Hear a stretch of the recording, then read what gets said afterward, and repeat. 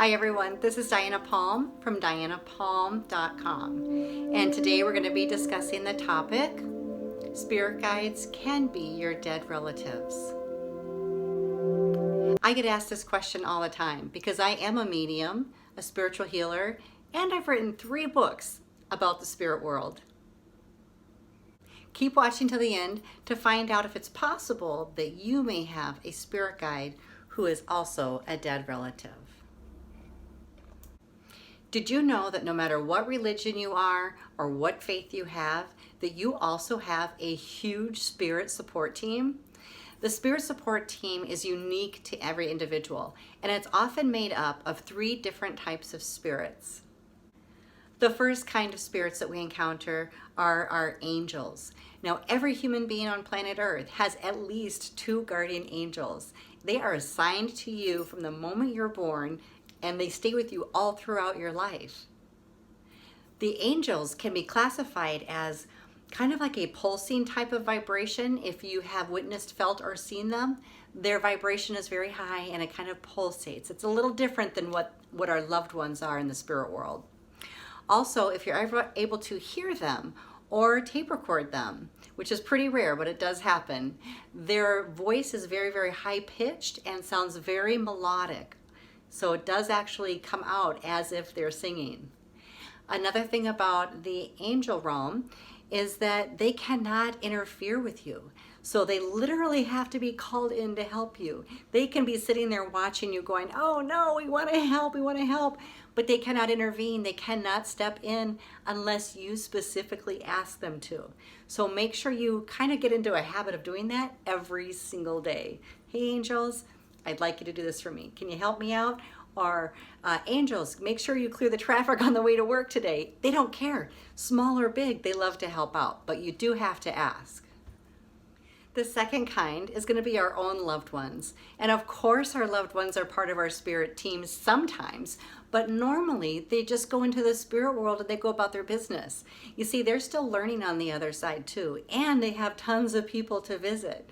And so normally when you get to experience your loved one from the spirit world, they are coming in for a visit. They're coming in frequently. They're definitely checking on you. They're sending their love, their support, their warmth, their encouragement, their strength, but they're usually coming in kind of like little drive-bys.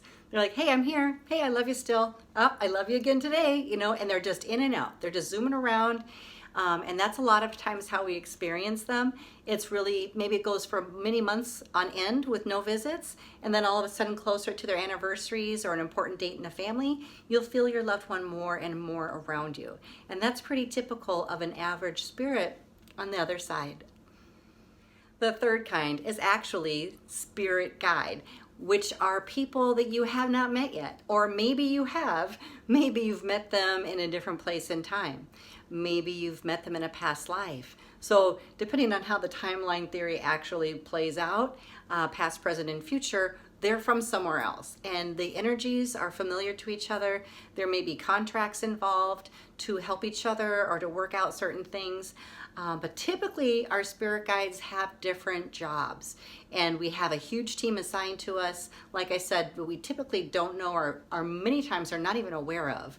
We tend to have a chemist or a doctor that works with us that changes our body chemistry when we're accessing new spiritual gifts.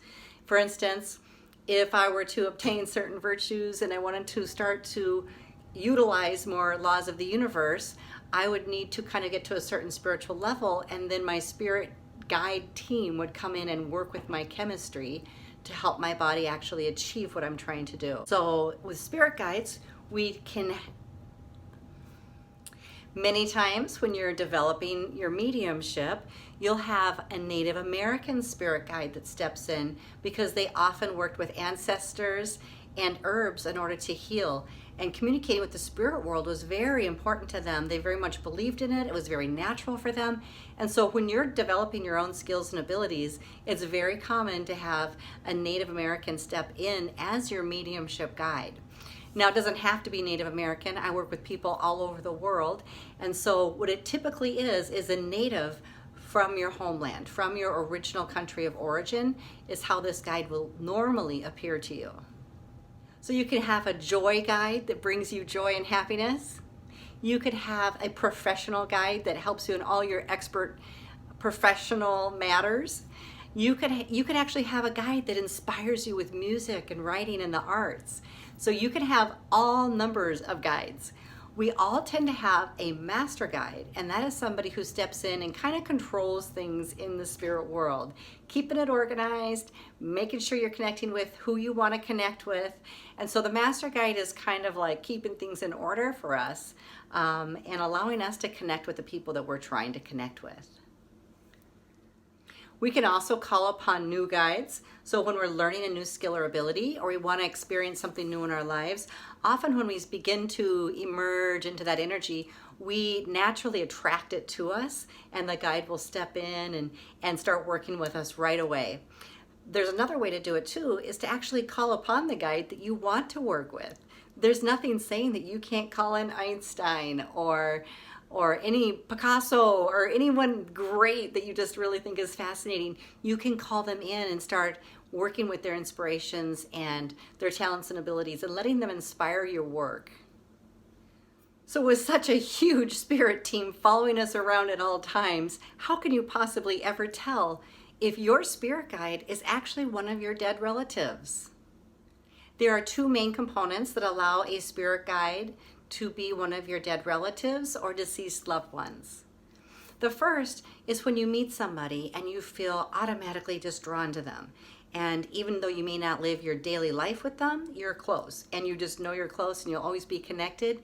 Typically when they die, you are still connected. Or maybe you go first and you're still connected to them. Whichever way it goes, death does not end the relationship. There seems to be a soul contract actually binding you to each other's soul path and soul purpose.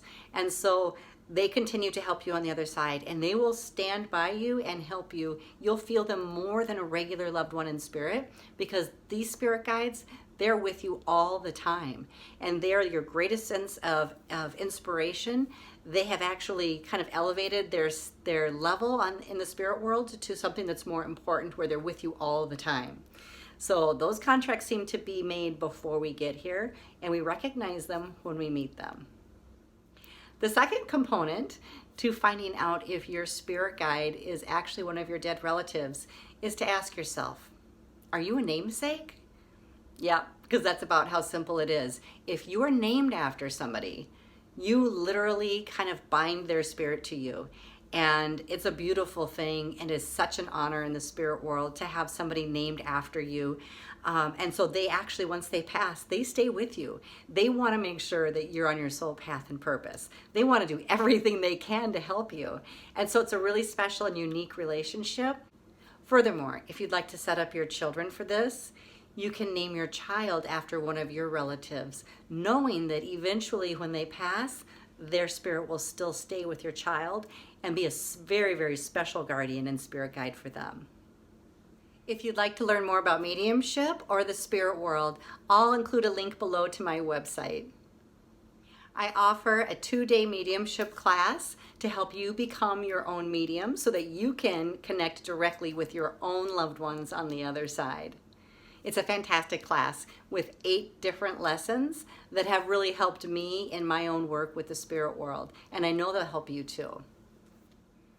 All 3 of my books will be listed on my website as well, including down below in the links. I'll include the links directly to Llewellyn's website so that you can get the books there if you're interested in learning more about the spirit world. If you enjoyed this video and really have a fascination with learning more about the spirit world and have questions to ask, please type spirit down below in the comments. That'll set me off. I'll see that and know that you definitely want more information, and I'm so happy to spread whatever I know with you. It's been a gift and an honor to work with the spirit world my whole entire life, and I love sharing it with others. So go ahead and type spirit below if you'd like to hear more from me about the spirit world. Make sure to check out my social platforms down below to find out when and where I will be showing up to speak and do classes, and also any information on upcoming books. Okay, thanks. Bye-bye.